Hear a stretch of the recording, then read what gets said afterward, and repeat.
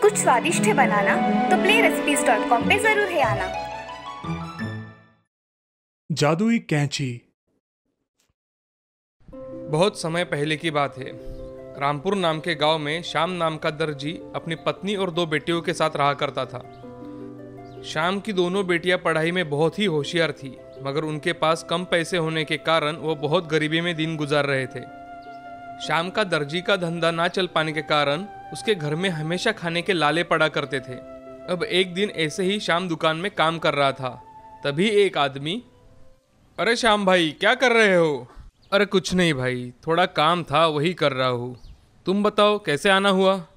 मेरा शर्ट लेने आया था भाई, सिल के हुआ है कि नहीं अभी तक? हाँ हाँ हो गया है यार, तू दोस्त है इसलिए मेरे पास कपड़े सिलने डालता है। अभी तो मेरे ग्राहक भी बहुत कम हो गए हैं, कुछ समझ नहीं आ रहा क्या करूँ। सब्र कर, वक्त के साथ सब ठीक हो जाएगा।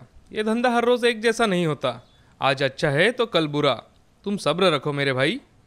हाँ, अब सब्र के अलावा कुछ कर भी तो नहीं सकते। ये लो तुम्हारी शर्ट। ऐसा कहकर सुभाष वहां से चला जाता है। श्याम सोच में पड़ जाता है। थोड़ी देर में वो सोचते सोचते अपने घर चला जाता है। तभी सावित्री श्याम को सोच में डूबा देख, अजी सुनते हो, मैं एक बाबा को जानती हूँ, वो हमारी मदद जरूर करेंगे। मैंने तुम्हें कितनी बार बताया है सावित्री, ये सब बातें कुछ काम की नहीं होती। मैं कह रही हूँ इसीलिए एक बार साथ चलेंगे तो आपको पता चलेगा कि वो कितने सिद्ध बाबा है। हाँ, अच्छा ठीक है। ऐसा कहकर सावित्री श्याम को मना लेती है और दोनों सिद्ध बाबा के पास चले जाते हैं।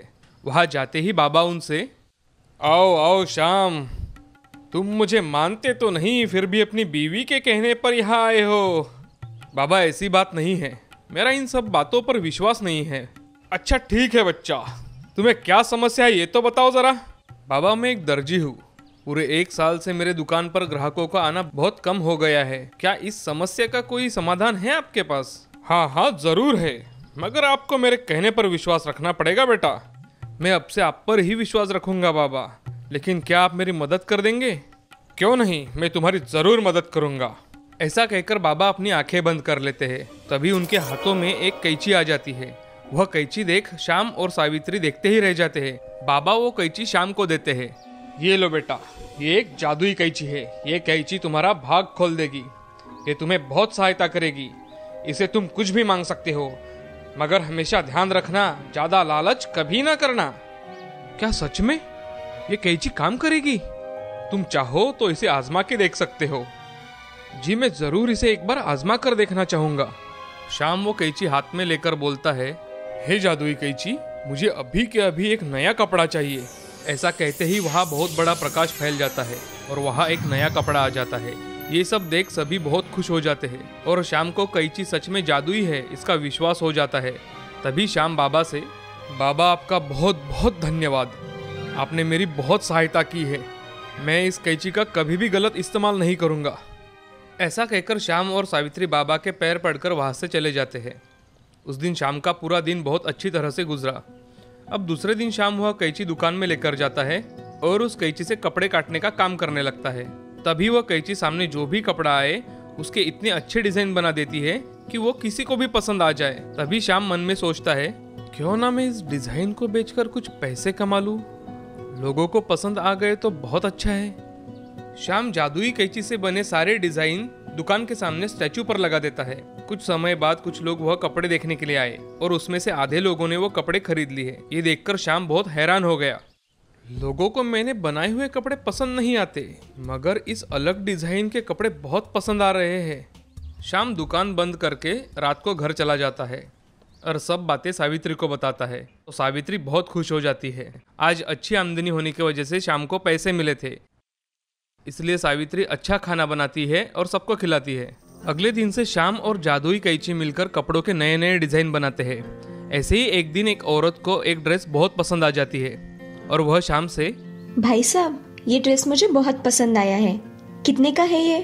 जी सिर्फ आपके लिए 1000 रुपए का है, आप चाहे तो खरीद सकती है। जी मुझे ये ड्रेस चाहिए। ऐसा कहकर वो औरत वो ड्रेस खरीद लेती है। अब ऐसे ही हर रोज शाम का धंधा बहुत अच्छे से चलने लगा था। अब उसे कोई भी समस्या नहीं आती थी। अब वह गरीब लोगों की मदद भी कर दिया करता था।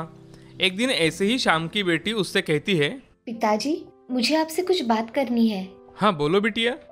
पिताजी, हम सोच रहे थे कि क्यों ना इस साल हम अनाथालय के बच्चों को कपड़े बांटे जो कि बहुत खूबसूरत हो। ठीक है बेटा, मैं जरूर बना के रखूंगा।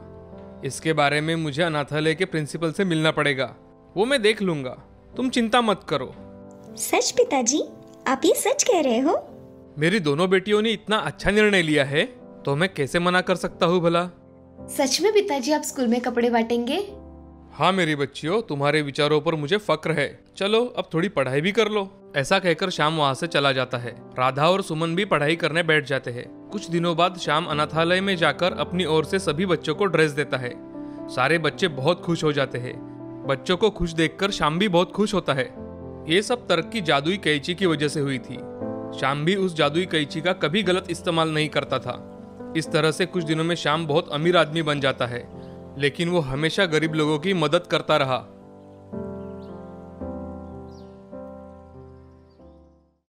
इस कहानी से हमें ये सीख मिलती है कि जिंदगी में हमेशा दूसरों की मदद करनी चाहिए।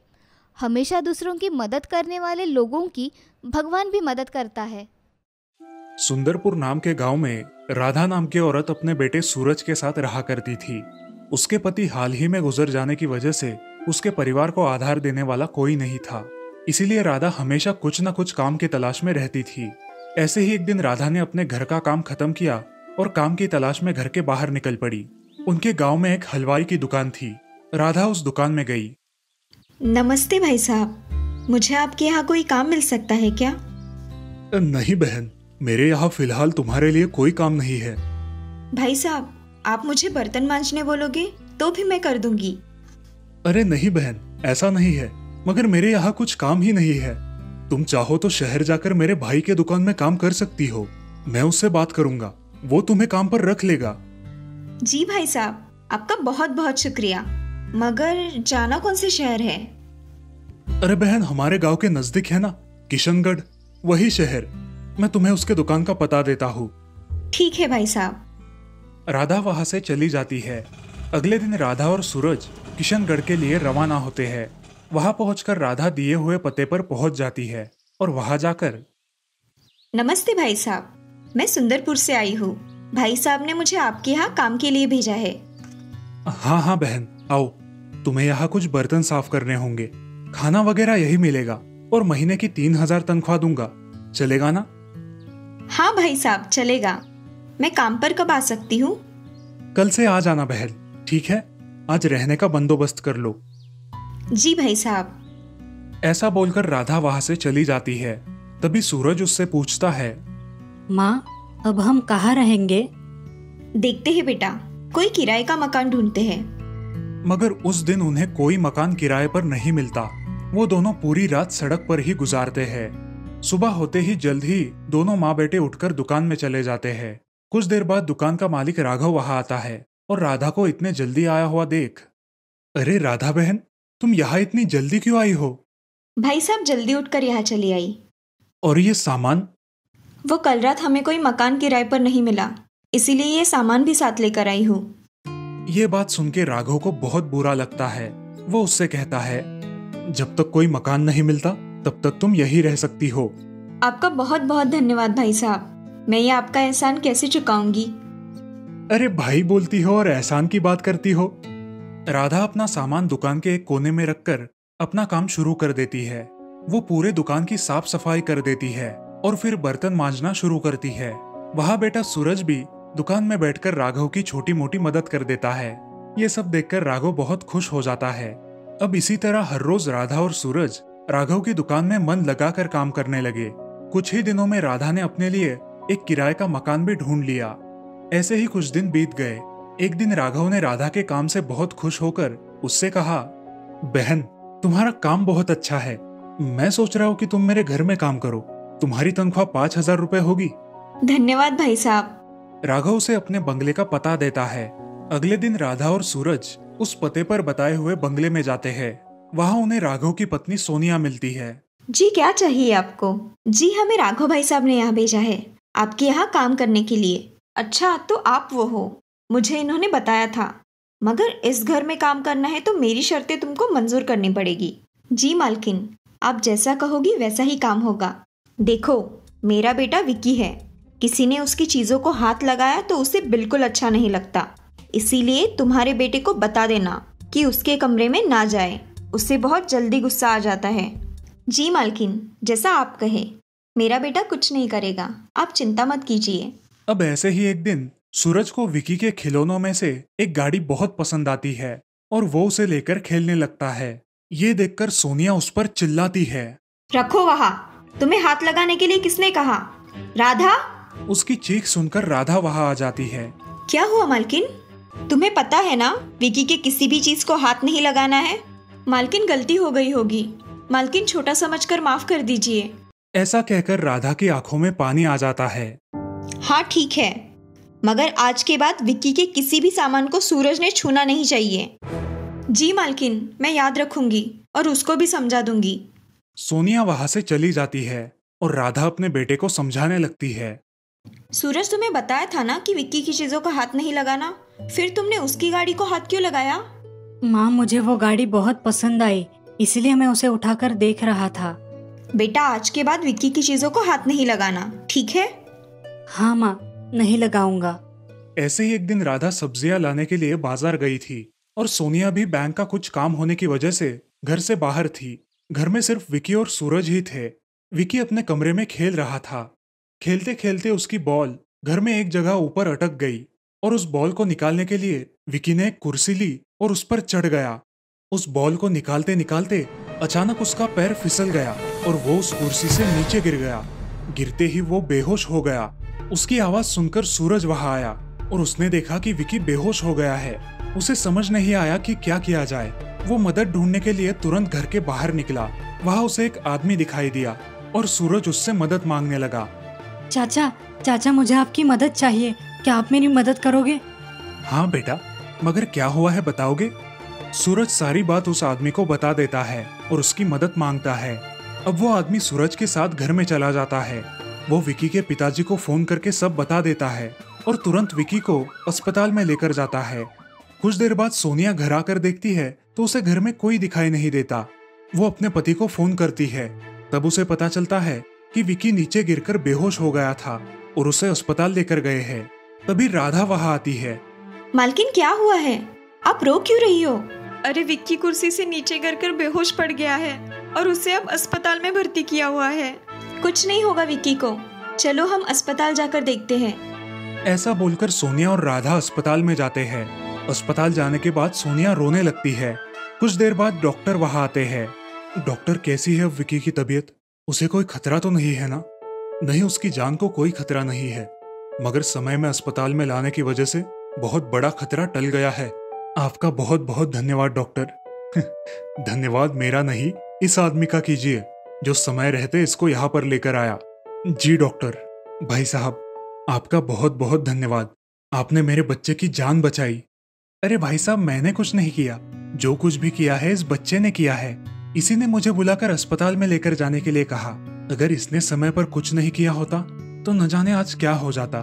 इसके तेज दिमाग की वजह से ही आपका बच्चा बच पाया। आप सही कह रहे हो बेटा सूरज, तुम्हारा बहुत बहुत धन्यवाद। चाचा, ये तो मेरा दोस्त है ना, मैंने अपने दोस्त के लिए सब किया। राधा, आज से तुम हमारे घर की सदस्य हो, हमारे ही घर में रहोगी, समझी? सच में मालकिन? हाँ, मुझे ऐसे प्यार करने वाली बहन और बेटा हमेशा के लिए चाहिए। और इस तरह से अब राधा और सूरज राघव के परिवार का एक हिस्सा बनकर हंसी खुशी रहने लगे। इस कहानी से हमें ये सीख मिलती है कि हमें हर व्यक्ति की कदर करनी चाहिए, चाहे वो अमीर हो या गरीब। श्रीरामपुर नाम के गांव में मोहन नाम का एक व्यक्ति रहता था। वो दूसरों के खेतों में काम करके अपने घर का गुजारा करता था। उसके परिवार में उसकी पत्नी शीला और उसका बेटा राजू रहा करते थे। वे लोग गरीब जरूर थे, लेकिन अपनी जिंदगी में बहुत खुश थे। हमेशा मेहनत करते और अपना पेट पालते थे। अरे शीला, चलो जल्दी खाना दो, मुझे कल सुबह जल्दी काम पर जाना है। हाँ जी, बस 5 मिनट और। कुछ देर बाद शीला खाना लेकर आती है और सब खाना खाकर सो जाते हैं। अजी, कल आपको इतने जल्दी क्यों जाना है? अरे भाग्यवान, कल खेतों में बहुत सारा काम है, इसलिए थोड़ा जल्दी जाऊंगा। ठीक है।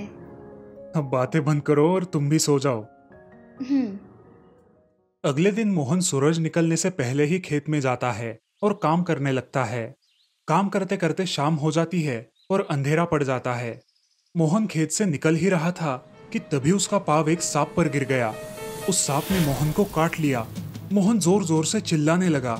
शाम हो जाने की वजह से सब लोग अपने खेतों में से घर गए थे और मोहन के चिल्लाने की आवाज किसी ने नहीं सुनी। कुछ देर बाद मोहन बेहोश होकर जमीन पर गिर गया।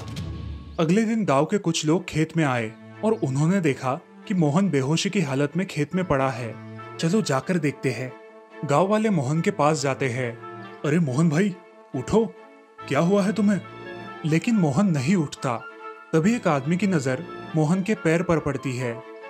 अरे मोहन भाई को तो सांप ने काटा है, ये देखो उसके निशान। सारे लोग मोहन को उठाकर उसके घर लेकर जाते हैं। अरे क्या हुआ है मेरे पति को? आप सभी ने ऐसे क्यों उठा कर ले आए हो? तभी एक आदमी शीला को सारी हकीकत बताता है। वो सब सुनकर शीला के पैरों के तले जमीन खिसक जाती है। हे भगवान, ये आपने क्या अनर्थ कर दिया। अब मैं क्या करूं? मेरे घर का गुजारा कैसे होगा? शीला फूट फूट कर रोने लगी। अब घर की सारी जिम्मेदारी शीला पर आ गई थी और शीला भी अब खेती में काम करके अपने घर का गुजारा करने लगी। ऐसे ही कुछ साल बीत गए। अब राजू स्कूल जाने लगा था। माँ जल्दी टिफिन दो, मुझे स्कूल जाने के लिए देरी हो रही है। हाँ बेटा, अभी लाई। शीला टिफिन लेकर आती है और राजू को देती है।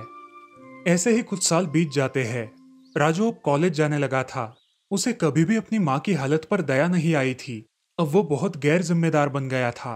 अरे दोस्तों, क्यों ना हम सब कल कहीं पिकनिक पर जाए? हाँ हाँ, क्यों नहीं, बहुत मजे करेंगे। ऐसा कह के सारे दोस्त घर निकल जाते हैं और राजू वही बैठकर सोचने लगता है। मैंने सबको पिकनिक के लिए हाँ तो बोल दिया, मगर मैं पिकनिक के लिए पैसे कहाँ से लाऊं? इसी सोच में डूबे हुए राजू घर आता है और अपनी माँ से कहता है, माँ मुझे कल के कल 5,000 रुपए चाहिए। अरे मेरे लाल, इतने सारे पैसे क्यों चाहिए तुम्हें? और मेरे पास तो इतने पैसे नहीं है बेटा। माँ मुझे कुछ नहीं पता, आप मुझे कुछ भी करके आज शाम तक पैसे दे दो, नहीं तो मैं घर नहीं आऊंगा। अरे बेटा ऐसे मत करो, लेकिन मेरे पास सच में इतने पैसे नहीं है। माँ आप कुछ भी करो, मुझे पैसे चाहिए, मतलब चाहिए। ठीक है मेरे लाल, मैं कुछ करती हूँ।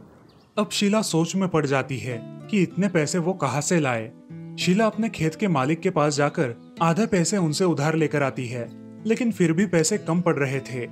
अब शीला अपने पड़ोसी के घर जाकर और कुछ पैसे उधार लेकर आती है और जैसे तैसे वो 5,000 रुपए जमा कर लेती है। माँ चलो मुझे पैसे दो जल्दी। हाँ मेरे राजा बेटा, अभी देती हूँ। शीला राजू को पैसे दे देती है। दोनों खाना खाकर सो जाते हैं। दूसरे दिन राजू अपने दोस्तों के साथ पिकनिक के लिए निकल जाता है। बेटा संभल कर जाना और पैसे बराबर रखना। हाँ माँ, मैं कोई छोटा बच्चा नहीं रहा अभी। राजू घर से निकलता है और सारे दोस्त पिकनिक के लिए बस पकड़ते हैं। बस में राजू की नजर एक लड़की पर पड़ती है। वो उसे बहुत पसंद आती है। राजू उससे बात करने लगता है। हाय, मैं राजू, आपका नाम? मैं प्रांजल। इस तरह बातों बातों में उसे उससे प्यार हो जाता है। लेकिन प्रांजल एक बहुत गुस्सैल लड़की थी। पिकनिक से वापस आने के बाद राजू प्रांजल को अपने घर लेकर जाता है। माँ देखो मेरे साथ कौन आया है। कौन है बेटा? शीला प्रांजल की ओर देखती है, लेकिन प्रांजल शीला की ओर बहुत गुस्से से देख रही थी। कुछ देर रुकने के बाद प्रांजल उनके घर से निकल गई। माँ कैसी लगी प्रांजल तुम्हें? मैं उसी से शादी करने वाला हूँ। बेटा मुझे ये लड़की सही नहीं लगी, तुम्हें इससे कई अच्छी लड़की मिल जाएगी। आप मत सिखाओ मुझे, मैं शादी करूंगा तो सिर्फ प्रांजल के साथ ही। ठीक है बेटा, जैसे तुम्हारी मर्जी, तुम्हें पूरी जिंदगी निकालनी है उसके साथ। अगर तुम दोनों खुश रहते हो तो मुझे क्या दिक्कत हो सकती है। कुछ दिनों बाद राजू और प्रांजल की शादी हो गई। फिर एक दिन प्रांजल अपनी सास के साथ झगड़ा करने लगी। मैं कुछ काम नहीं करूंगी, तुम्हें करना है तो करो, नहीं तो छोड़ दो। अरे बेटी, पर मेरे जाने के बाद ये सब तुम्हें ही तो करना है ना। तभी का तभी देखा जाएगा, आप मुझे मत सिखाओ। शाम को जब राजू घर आता है। ए जी देखो ना, तुम्हारी माँ कुछ काम नहीं करती और मेरे से सब करवाती है और ऊपर से झगड़ा भी करती है। राजू बाहर जाता है और अपनी माँ को खरी खोटी सुनाता है। प्रांजल ये सब देखकर बहुत खुश हो जाती है। अब ऐसे ही चलने लगा। प्रांजल हर रोज राजू को उसकी माँ के बारे में भड़काती रही, राजू को अपनी माँ से दूर करती रही। ऐसे ही एक दिन उसने अपने खुद के हाथ थोड़े जला लिए और शाम को जब राजू घर आया, जी देखो, आज आपकी माँ ने क्या किया। मैंने काम करने के लिए मना किया तो आपकी माँ ने मेरे हाथ जला दिए। प्रांजल की बातें सुनकर राजू बहुत गुस्सा हो गया। उसने अपनी माँ को घर से बाहर निकाल दिया। अरे बेटा, मैंने किया क्या है जो तुम मुझे घर के बाहर निकाल रहे हो? और मैं इस उम्र में कहाँ जाऊँ बेटा? ज़रा अपनी बूढ़ी माँ के बारे में तो सोचो। ऐसा मत करो बेटा। ये रोना धोना बंद करो और निकलो मेरे घर से। बेचारी शीला अपना सामान लेकर घर से बाहर निकलती है। वो पास ही के एक मंदिर में रहने लगती है। ऐसे ही कुछ दिन बीत जाते हैं। एक दिन अचानक राजू के सीने में दर्द होने लगता है। अरे सुनो प्रांजल, मेरी छाती में बहुत दर्द हो रहा है, मुझे हॉस्पिटल लेकर चलो। प्रांजल राजू को अस्पताल लेकर जाती है। डॉक्टर राजू का चेकअप करते हैं और प्रांजल से कहते हैं, देखिए मैडम, आपके पति के दिल में छेद है। हमें कल के कल कोई ऐसा आदमी ढूंढना होगा जो अपना दिल इन्हें दे, नहीं तो हम आपके पति को नहीं बचा पाएंगे। डॉक्टर की ये बात सुनकर प्रांजल बहुत डर जाती है। उसे समझ नहीं आता कि क्या किया जाए।